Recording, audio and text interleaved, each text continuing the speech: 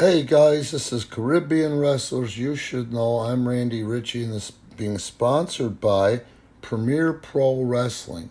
And today we're going to talk about Victor the Bodyguard. He was a Puerto Rican superstar. He is now a Puerto Rican legend.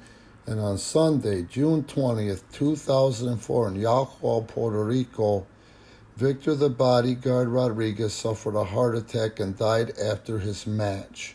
He was only 38 years old, folks. According to reports, Victor the Bodyguard was to get involved in a run-in with Ray Gonzalez's match during the IWA Puerto Rico show. He complained about a pain in his chest and went to the dressing room. An ambulance was called, but Victor the Bodyguard did not survive the heart attack and was declared dead at Metropolitan Hospital of Yacual. A wire service story on his death said that Victor went to the dressing room, he lit a cigarette, and collapsed to the ground. At this time, an autopsy wasn't performed yet, but he did die of a heart attack. I can confirm it. What you don't know is this. Number one, I can't believe there isn't a Wikipedia about all these Caribbean wrestlers, especially Victor the Bodyguard, for example.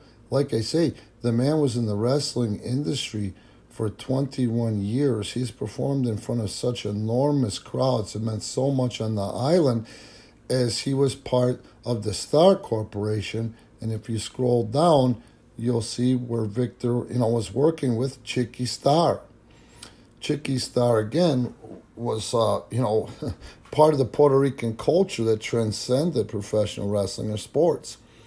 The 6'3", 245-pound wrestler was born Victor Manuel Rodriguez Garcia on August 19, 1965, and resided in Guaynabo, Puerto Rico. He was a notable performer for WWC and also IWA, especially as a championship tag team partner of Chicky Star. Victor was, at various times, IWA Tag Champion, IWA Hardcore Champion, WWC Tag Team Champion, and WWC Puerto Rico Champion. Now, on the island, if you like hardcore wrestling, go down that rabbit hole and see what you can find. YouTube search Victor the Bodyguard Hardcore Weekend, and you'll see what I'm talking about. That was hardcore wrestling with a storyline behind it, and that was because of the likes of Dutch Mantel and one of the greatest finish minds in the business, a man who was credited for inventing hardcore wrestling, Luke Williams of the Bushwhackers. He was a great guy, well-liked and very much respected. We knew him from spending many hours in the locker room with him, and he was always very nice to us, wrote Fidel Sierra. He was a person that was always ready to lend a helping hand, treating everyone respectfully.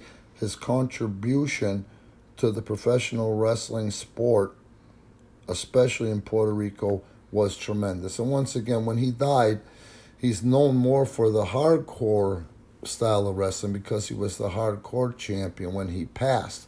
Once again, I'll tell you, that is a big deal because Hardcore Weekend in IWA Puerto Rico was part of the culture. It was a big deal, and it drew outstandingly for Hardcore Weekend, and that's when they would bring in all kind of guys like Balls Mahoney. The list goes on and on. I do want to say that when he passed, I had just gotten a kid that I trained down there, Casey James, who helps me with creative with PPW. He was just a young guy. I think he was 20 years old. He might have been 21 at the time.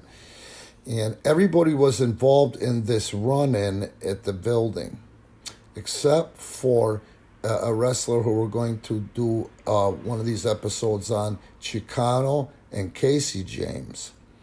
They were two young guys, and they couldn't bring Victor out through the crowd because of the mayhem.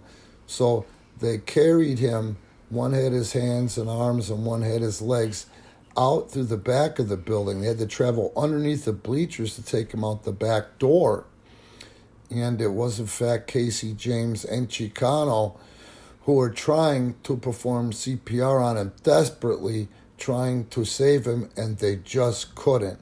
Sadly, the EMTs outside thought it was part of a wrestling gimmick before they actually got involved, but it wouldn't have made any difference in the world. It was sadly Victor's time. Now, I do know Victor, the bodyguard's lovely, lovely wife. She's a beautiful woman with a great sense of humor.